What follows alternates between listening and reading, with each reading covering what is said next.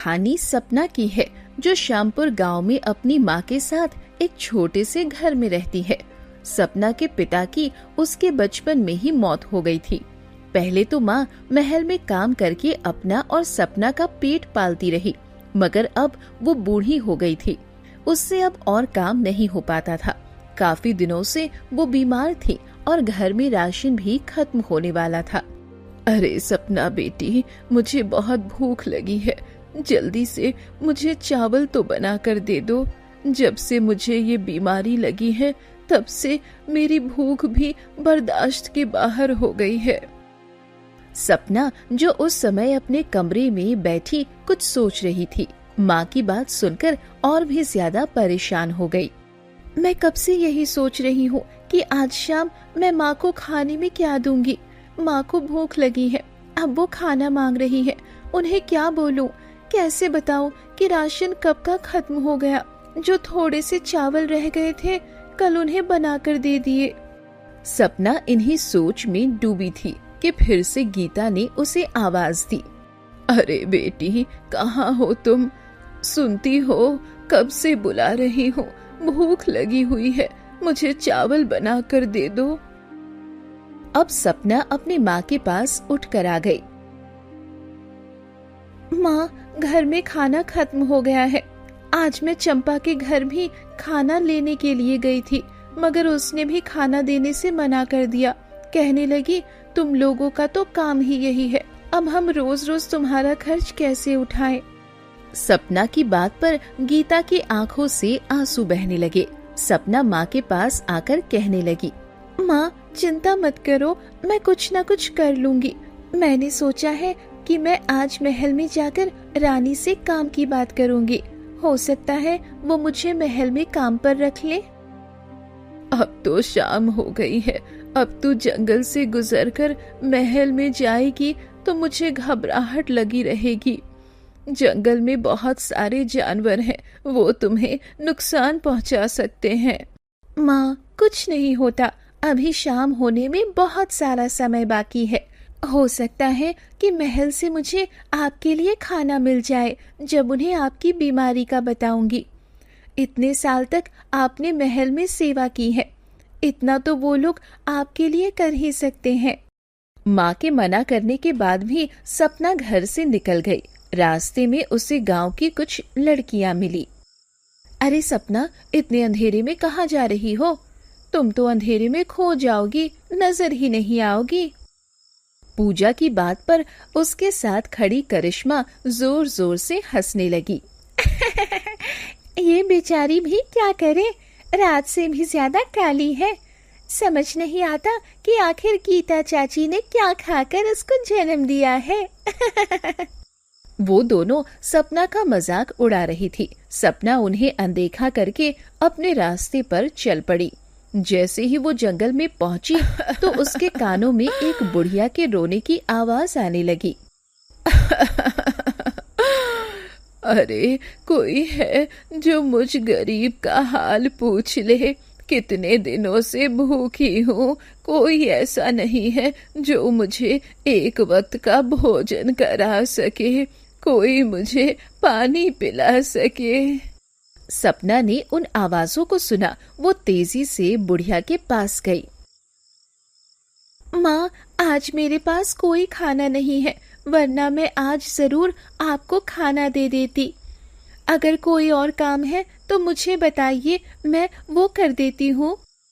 अरे सपना बेटी, इस गांव में सिर्फ तुम ही तो हो जो मुझ गरीब का हाल पूछ लेती हो, वरना गांव के लोग तो मेरे शरीर से आने वाली बदबू की वजह से मुझसे मीलों दूर भागते हैं।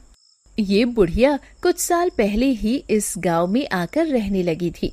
ये बुढ़िया कौन थी, कहाँ से आई थी, इसके बारे में कोई कुछ नहीं जानता था, मगर इस बुढ़िया के शरीर से इतनी गंदी बदबू आती थी कि लोग उससे दूर रहते। मगर सपना गांव की वो पहली लड़की थी जो न सिर्फ बुढ़िया के पास जाती बल्कि उसकी सेवा भी करती। मेरे पास पानी भी पीने के लिए बिल्कुल खत्म हो गया है, और जो कपड़े थे वो भी गंदे हो चुके हैं। अगर तुम ये दोनों काम कर दो तो भगवान तुम्हें अच्छे कामों का फल जरूर देगा। ठीक है माँ, मैं आपका ये काम कर देती हूँ। सपना ने बुढ़िया के कपड़े नदी पर धोए और उनके लिए पानी भी भर कर ले आई। माँ, मैं महल की तरफ जा रही हूँ। अगर मुझे वहाँ से खाना मिला तो मैं आपको जरूर दूंगी। जाओ बेटी, जीती रहो। भगवान तुम्हारी सारी मुश्किलों का हल करे। सपना वहाँ से निकलकर महल की तरफ चल पड़ी। अब काफी अंधेरा फैल गया था, मगर सपना को किसी चीज का डर नहीं था। बस एक बार माँ के लिए खाना मिल जाए और इस महल में मुझे नौकरी मिल जाए, फिर माँ का अच्छे से इलाज भी करा लूंगी और माँ के दिल में जो भी इच्छाएं हैं वो सभी भी पूरी कर दूंगी।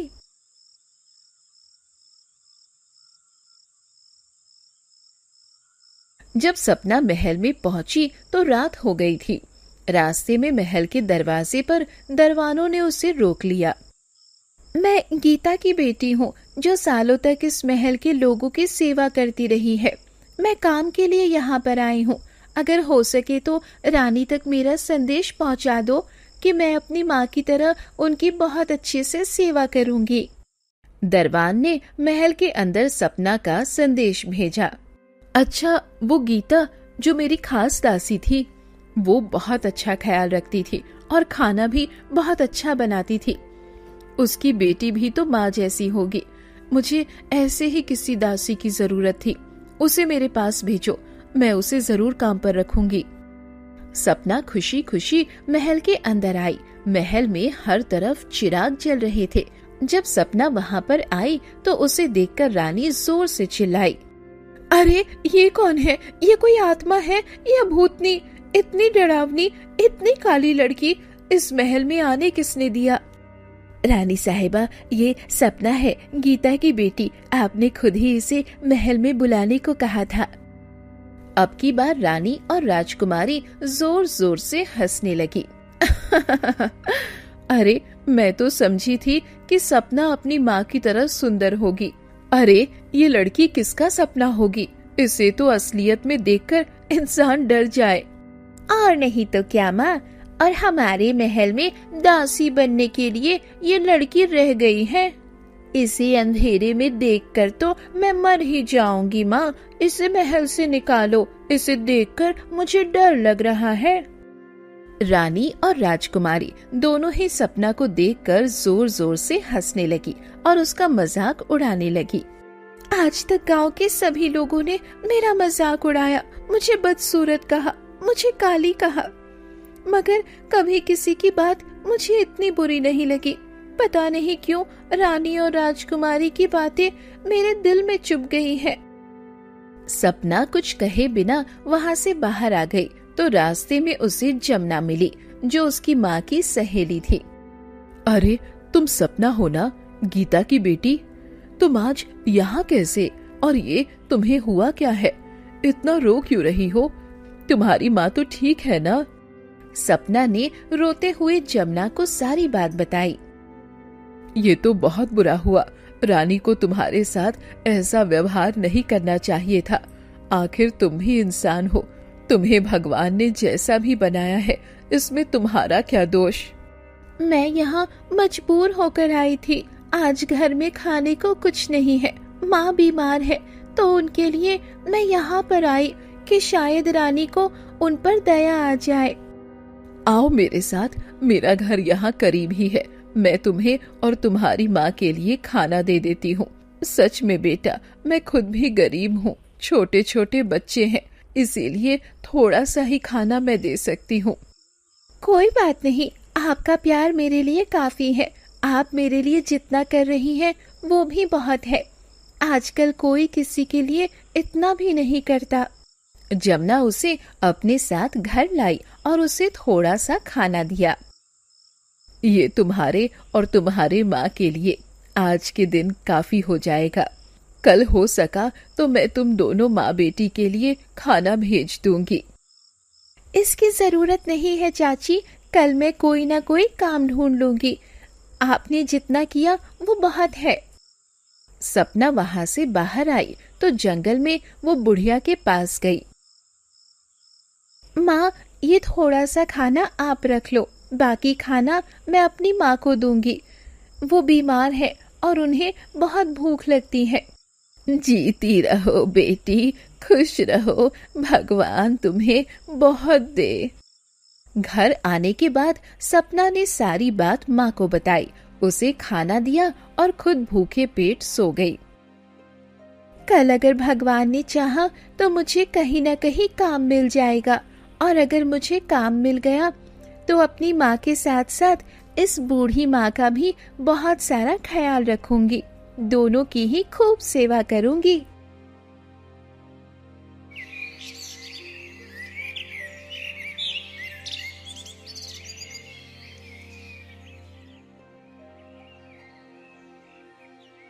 अगले दिन सपना मुखिया जी के घर गई और उनसे काम मांगा। सच्ची बात तो ये है कि तुम्हारी बदसूरती की वजह से सभी लोग तुमसे दूर दूर रहते हैं और तुमसे नफरत करते हैं। कोई तुम्हें काम पर रखने के लिए तैयार नहीं होता। ये सब मैं जानती हूँ मुखिया जी, आपको मुझे ये सब याद दिलाने की जरूरत नहीं है। आप मुझे ये बताइए कि आप मुझे अपने पास काम पर रखेंगे? अगर तुम्हें काम करना है तो मेरे पास तुम्हारे लिए एक काम है, और वो है कि तुम्हें मेरे जानवरों को घास खिलाने के लिए जंगल में लेकर जाना है और उनका ख्याल रखना है। याद रखो, अगर किसी जानवर को कोई भी नुकसान पहुंचा तो ये नुकसान मैं तुमसे पूरा करूंगा। बताओ, तुम्हें मेरी बात मंजूर है? आप इस काम का मुझे क्या देंगे? मैं तुम्हें रोज दिन का खाना भी दे दूंगा, और पैसे तुम्हें कितने देने हैं वो तुम्हारा काम देखने के बाद मैं तुम्हें बताऊंगा। ठीक है मुखिया जी, मैं आज से ही काम पर जाना चाहती हूँ। मुखिया ने जानवर सपना के हवाले कर दिया। सपना जानवर लेकर जंगल में आ गई। मुखिया ने साथ उसका खाना भी भिजवा दिया था। भगवान का शुक्र है कि आज मुझे खाना मिल गया। 2 दिन से तो मैंने कुछ भी नहीं खाया था, आज पेट भर के खाना खाऊंगी। जैसे ही सपना जंगल में बैठकर खाना खाने लगी, उसे बुढ़िया की आवाज सुनाई दी। बहुत भूखी हूँ मैं, पेट में भूख से चूहे दौड़ रहे हैं।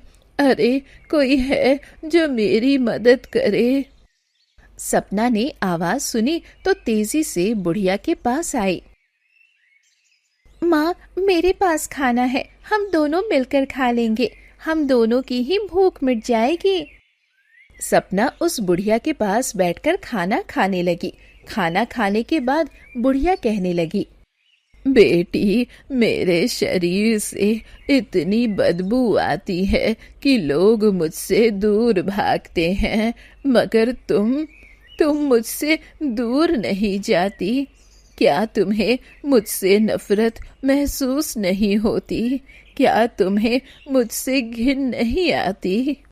सपना बुढ़िया की बात पर उदासी से मुस्कुराई। माँ, जितने लोग मुझसे नफरत करते हैं उतनी शायद आपसे भी नहीं करते। हम दोनों एक ही जैसे हैं, सबकी नफरत को सह रही हैं। अगर देखा जाए तो जो कुछ हमारे साथ हो रहा है या जो हम हैं, इनमें हम दोनों का कोई दोष नहीं है, मगर फिर भी सब लोग हमें ही दोषी समझते हैं।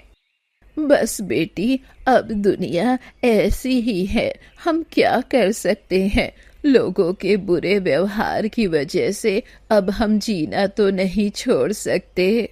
उस दिन के बाद से सपना का एक नया नियम बन गया। वो रोजाना सुबह सवेरे मुखिया के जानवर लेकर जंगल की तरफ निकल जाती और शाम ढले वापस लौटती। मुखिया उसे रोजाना 2 रोटियां और थोड़ा सा सालन पोटली में बांध कर दे देता, जो सपना बुढ़िया के साथ मिलकर खाती। भगवान का लाख लाख शुक्र है कि उसने मेरे लिए काम का रास्ता बना दिया। अब कम से कम मैं और मेरी बीमार माँ भूखे तो नहीं सोते। बेटी, तुम अपने हिस्से का आधा खाना मुझे खिला देती हो, क्या तुम्हें भूख नहीं लगती? तुम्हारा शरीर तो पहले ही बहुत कमजोर हो चुका है। माँ, पेट तो मुट्ठी भर अनाज से भी भर जाता है, लेकिन किसी को भूखा देखकर जो तड़प मेरे दिल में होती है वो खाना खाने से नहीं मिटती। इसी तरह एक पूरा महीना गुजर गया। सपना ने बड़ी मेहनत से मुखिया के जानवरों को चराया, उनकी रक्षा की और एक भी जानवर को खरोच तक नहीं आने दी। आज 1 महीना पूरा हो गया है। मुखिया जी ने वादा किया था कि वो मेरा काम देखकर मुझे पैसे देंगे। आज मुझे पूरा महीना बीत गया है। आज माँ की पसंद का खाना बनाऊंगी। सपना खुशी खुशी मुखिया के घर पहुंची और तमाम जानवर बाड़े में बांधने के बाद मुखिया के सामने जाकर खड़ी हो गई।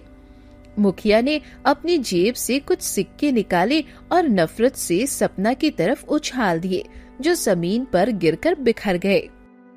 ये लो, तुम्हारी पूरे महीने की मजदूरी। अब जाओ यहाँ से, मेरा वक्त खराब मत करो। मुझे और भी बहुत से काम निपटाने हैं। मुखिया जी, ये तो बहुत कम पैसे हैं। सिर्फ इतने से सिक्के में तो 1 हफ्ता का राशन भी नहीं आएगा। मैंने पूरा महीना दिन रात एक कर दी थी। क्या मेरे काम में कोई कमी थी? क्या मैंने किसी जानवर को नुकसान होने दिया? अरे काली कलूटी, जबान मत चला।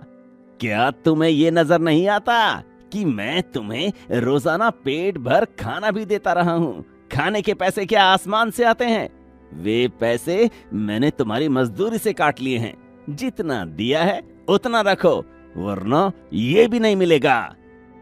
सपना की आंखों में आंसू आ गए। उसे अपनी मेहनत मिट्टी में मिलती दिखाई दी और सबसे बढ़कर उसे अपनी बीमार माँ का चेहरा याद आने लगा।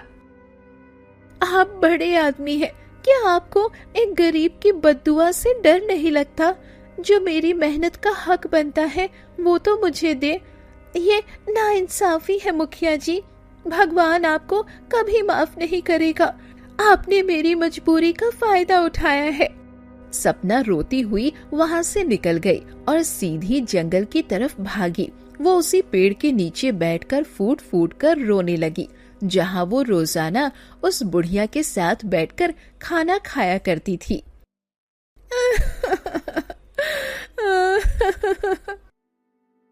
बेटी, तुम इतना क्यों रो रही हो? तुम्हारे आंसू मेरे दिल पर गिर रहे हैं। मुझे बताओ क्या हुआ है? माँ, आज दुनिया की असलियत मुझ पर पूरी तरह साफ हो गई। यहाँ सिर्फ खूबसूरती और ताकत की वाहवाही है। हम जैसे गरीबों की मेहनत की कोई कीमत नहीं। मगर क्या हुआ बेटी, बताओ तो। मुखिया ने मुझे धोखा दिया। मेरी पूरे महीने की मेहनत के बदले सिर्फ कुछ सिक्के दिए हैं। मैं अपनी माँ का इलाज कैसे कराऊंगी? मैं बहुत हार गई हूँ माँ। अचानक एक अजीब सा करिश्मा हुआ। जैसे ही सपना ने ये बात कही, पूरे जंगल में एक तेज रोशनी फैल गई। सपना ने हैरानी से आंखें खोली तो देखा कि वो मैली कुचैली और बदबूदार बुढ़िया गायब हो चुकी थी और उसकी जगह एक बहुत ही खूबसूरत और चमकती हुई परी खड़ी थी। ये क्या हो रहा है? आप कौन है? वो बूढ़ी माँ कहाँ गई जो यहाँ बैठती थी? क्या मैं कोई सपना देख रही हूँ? बेटी, घबराओ मत। मैं वही बुढ़िया हूँ जिसके जख्म तुम धोती रही हो, जिसके गंदे कपड़े तुमने साफ किए और जिससे अपना आधा खाना खिलाती रही हो। मगर आप तो बूढ़ी थी और ये सब ये क्या है? मुझे अपनी आंखों पर विश्वास नहीं हो रहा। दरअसल मैं इस दुनिया की नहीं हूँ।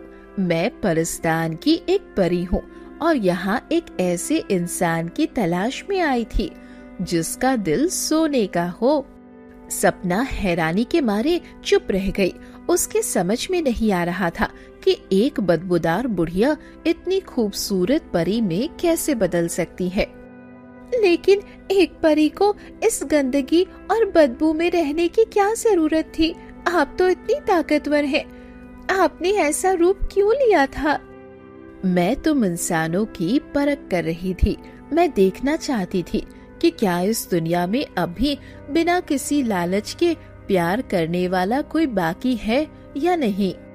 सपना गौर से परी की बातों को सुन रही थी। सब लोग मेरी बदबू से भागते थे, लेकिन तुमने अपनापन दिखाया। तुमने साबित कर दिया कि इंसान की असली खूबसूरती उसके चेहरे में नहीं, उसके स्वभाव और व्यवहार में होती है। परी ने सपना के सिर पर हाथ रखा और उसकी आंखों में एक चमकदार रोशनी लहराने लगी। सपना को अपने अंदर एक अजीब सा बदलाव महसूस होने लगा। सपना, तुमने अपने सब्र और अच्छे व्यवहार से मेरा दिल जीत लिया है। आज मैं तुम्हें वो वरदान दे रही हूँ जिसकी मैं सालों से तलाश में थी। कैसा वरदान? आज के बाद तुम इस दुनिया के हर परिंदे और हर जानवर की भाषा समझ सकोगी और उनसे बातें भी कर सकोगी। ये एक ऐसा ज्ञान है जो किसी इंसान के पास नहीं। सपना ये सुनकर हैरान रह गई। उसे यकीन नहीं आ रहा था कि अब वो जानवरों से बातचीत कर पाएगी, जो एक नामुमकिन बात थी। क्या ये सच है? क्या मैं वाकई इन परिंदों की बातें सुन पाऊंगी? लेकिन परी माँ, इस वरदान का मैं क्या करूंगी? मैं तो एक साधारण लड़की हूँ। ये वरदान तुम्हारी जिंदगी बदल देगा। बस एक बात याद रखना, ये राज किसी पर जाहिर मत करना कि मैं एक परी हूँ और मैंने तुम्हें ये शक्ति दी है। मैं अब कुछ ही देर में अपनी दुनिया यानी परस्तान वापस चली जाऊंगी। मेरा मकसद पूरा हो गया। तुम एक खास लड़की हो सपना। अपनी इस ताकत को दूसरों की भलाई के लिए इस्तेमाल करना। परी ये कहकर धीरे धीरे हवा में घुलने लगी और देखते ही देखते गायब हो गई। सपना वहीं खड़ी उसे पुकारती रह गई। परी माँ, अब कहाँ चली गई? अभी तो मुझे बहुत कुछ पूछना था। क्या आप दोबारा कभी नहीं मिलेंगी? मैं आपको बहुत याद करूंगी। सपना उदास होकर वहीं बैठ गई। उसे परी के जाने का बहुत दुख था, क्योंकि वो बुढ़िया ही उसकी तन्हाई की इकलौती साथी थी। थोड़ी देर बाद उसके पास से एक हिरन गुजरा और एक चिड़िया आकर पास के पेड़ पर चहचहाने लगी।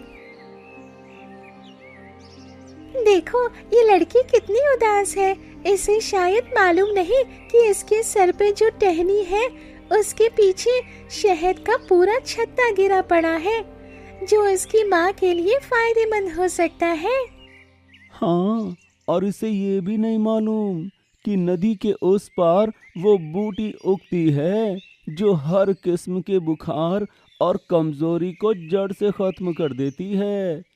काश ये हमारी बात समझ सकती। सपना उछलकर खड़ी हो गई। वो हैरान थी कि वो उनकी एक एक बात समझ रही थी। उसने जोश में आकर चिड़िया से बात करना शुरू कर दिया। चिड़िया, क्या तुम वाकई शहद के बारे में बात कर रही हो? और हिरन, क्या तुम मुझे उस बूटी का रास्ता दिखा सकते हो जो मेरी माँ को ठीक कर देगी? चिड़िया और हिरन दोनों चौंक गए। उन्हें यकीन नहीं आया कि एक इंसान उनकी भाषा में जवाब दे रहा है। वो डरकर पीछे हट गए। अरे, ये लड़की तो हमारी भाषा बोल रही है।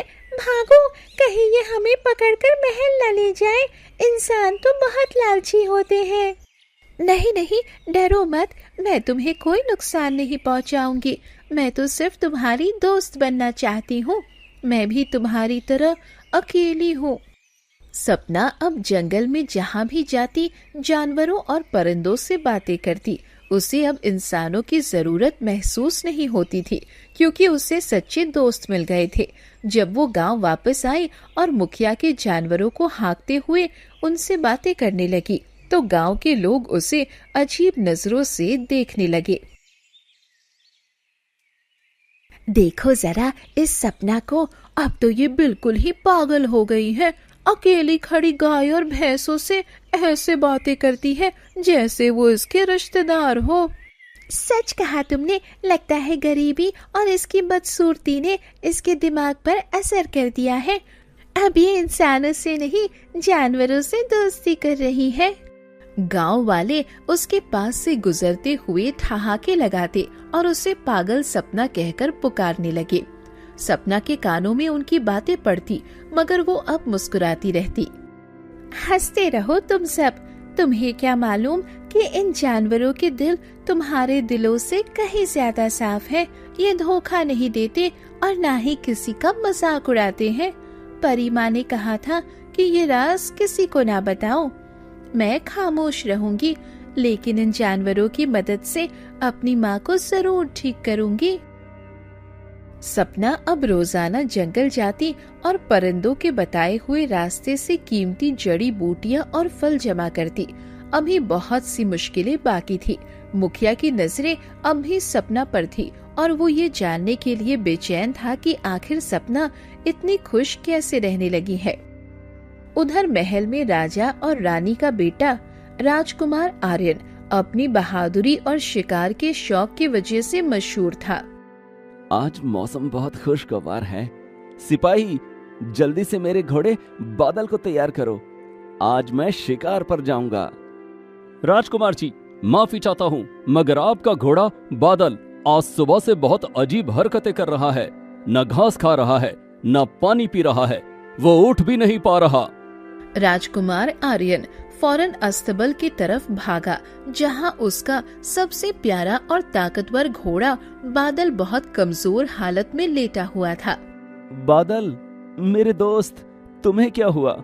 कल तक तो तुम हवा से बातें कर रहे थे, आज इतने ढीले क्यों हो? काश मैं अपने मालिक को बता सकता कि मेरे साथ क्या हो रहा है। कोई जहरीली चीज मुझे अंदर ही अंदर खत्म कर रही है। राजकुमार ने दूर दूर से बड़े बड़े हकीमों को बुलवाया। सबने अपने अपने तरीके से इलाज किया, मगर घोड़े की हालत और बिगड़ती गई। सिपाही, पूरे राज्य में ऐलान करवा दो कि जो मेरे घोड़े को ठीक करेगा उसे इतना सोना दिया जाएगा कि उसकी 7 नस्लें ऐश करेंगी। सुनो सुनो सुनो, राजकुमार का घोड़ा मरने के करीब है। जो उसे बचाएगा उसे मुंह मांगा इनाम मिलेगा। सुनो सुनो सुनो। सपना ने जब ये ऐलान सुना तो उसकी आंखों में उम्मीद की चमक आ गई। उसे लगा कि ये अपनी माँ का इलाज करने का बेहतरीन मौका है।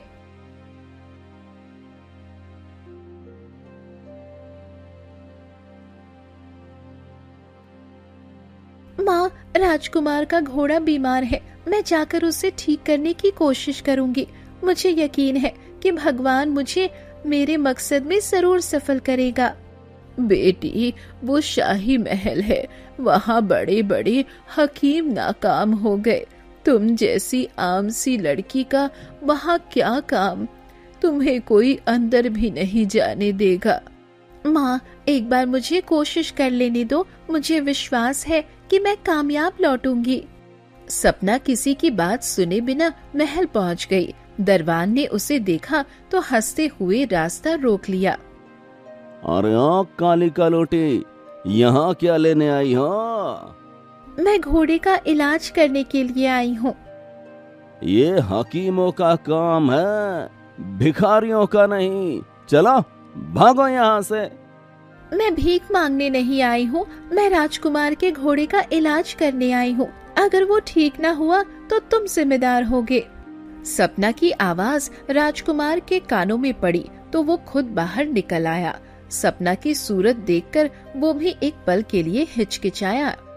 तुम एक मामूली लड़की होकर दावा कर रही हो कि इस घोड़े को ठीक कर दोगी, जिसे नामी गिरामी हकीम ठीक न कर सके? राजकुमार जी, काबिलियत चेहरे से नहीं, काम से पहचानी जाती है। मुझे बस थोड़ा वक्त दे और सबको यहाँ से बाहर निकाल दे। राजकुमार ने सपना का भरोसा देखकर उसे इजाजत दे दी। सपना आहिस्ता से घोड़े के पास गई और उसकी गर्दन पर हाथ फेरा। बादल दोस्त, मुझे बताओ तुम्हें क्या तकलीफ है? मैं तुम्हारी भाषा समझ सकती हूँ, डरो मत। तुम मेरी भाषा समझती हो? हे लड़की, इस अस्पताल के कोने में एक पुराना छेद है जहाँ एक काला नाग रहता है। क्या वो सांप तुम्हें काटता है? तुम्हारी हालत इतनी खराब क्यों हो गई है? नहीं, वो रोजाना रात को मेरे पांव पर चढ़कर मेरा खून पीता है और जहर छोड़ देता है, जिसकी वजह से मैं दिन ब दिन सूखता जा रहा हूँ। सपना फौरन खड़ी हुई और बाहर खड़े राजकुमार और सिपाहियों को अंदर बुलाया। बाहर खड़ा राजकुमार हैरानी से सोच रहा था, ये लड़की क्या कर रही है? राजकुमार जी, अस्तबल के इस दाएं कोने में जो लकड़ी का तख्ता है उसे हटाइए, वहाँ एक जहरीला सांप छुपा बैठा है। क्या? यहाँ तो सफाई रोज होती है, सांप कहाँ से आएगा? सिपाहियों, देखो ये लड़की क्या कह रही है। जैसे ही सिपाहियों ने तख्ता हटाया, वहाँ से एक खौफनाक काला नाग फैलकर बाहर निकला। सिपाहियों ने फौरन उसे मार गिराया। हैरानी है, तुम्हें कैसे पता चला कि यहाँ सांप है? बस आप इस बात को छोड़े, मैं इस बात का आपको जवाब नहीं दे सकती। एक पल को राजकुमार चुपचाप खड़ा हो गया। मगर अब मेरा घोड़ा कैसे ठीक होगा? इसके शरीर में तो जहर फैल चुका है। आप फिक्र ना करें, मैं अभी जंगल से वो जड़ी बूटी लेकर आती हूँ जो इस जहर को जड़ से खत्म कर देगी। सपना जंगल भागी और अपने हिरन दोस्त की मदद से जहर मार बूटी ले आई। उसने बूटी का लेप घोड़े के जख्म पर लगाया और उसे कुछ पत्ते खिलाए। सपना, हम जानते हैं पहाड़ी के पीछे एक नीले फूल वाली बेल उगती है। उसका रस अगर जख्म पे लगाया जाए तो जख्म एक रात में भर जाएगा। सपना ने मुश्किल रास्ता तय करके वो जड़ी बूटी हासिल की और महल पहुंच गई। वहां राजकुमार दर्द से तड़प रहे थे। राजकुमार जी, हिम्मत न हारे, मैं आपके लिए शिफा लेकर आई हूँ। ये जड़ी बूटी आपके पाँव को दोबारा सही कर देगी। सपना, तुम दोबारा मेरी जिंदगी बचाने आई हो। मुझे तुम पर पूरा भरोसा है, जो करना है करो। सपना ने वो जड़ी बूटी राजकुमार के पाँव पर लगाई। अगली सुबह जब राजकुमार उठे तो उनका पाँव बिल्कुल साफ था, जैसे वहाँ कभी कोई जख्म था ही नहीं। ये तो चमत्कार है सपना, तुमने मुझे अपाहिज होने से बचा लिया। मैं तुम्हारा ये एहसान जिंदगी भर नहीं उतार सकता। राजकुमार ने फैसला कर लिया कि वो ऐसे ही समझदार लड़की को अपनी जिंदगी का साथी बनाएंगे। उसने भरे दरबार में सपना से शादी का ऐलान कर दिया। बेटा, ये तुम क्या कह रहे हो? एक गरीब और काली लड़की महल की मालकिन बनेगी, लोग क्या कहेंगे? हाँ भाई, ये तो देखने में भी अच्छी नहीं है। हमारे खानदान की नाक कट जाएगी, लोग हंसेंगे हम पर। खामोश हो जाइए सब। इंसान की पहचान उसके रंग रूप से नहीं, उसके किरदार और अक्ल से होती है। आर्यन, क्या तुम वाकई एक नौकरानी की बेटी से शादी करना चाहते हो? सोच लो, ये रिवाज के खिलाफ है। पिताजी, खूबसूरती ढल जाती है मगर अक्ल और वफादारी हमेशा रहती है। सपना ने मेरी और मेरे घोड़े की जान बचाई।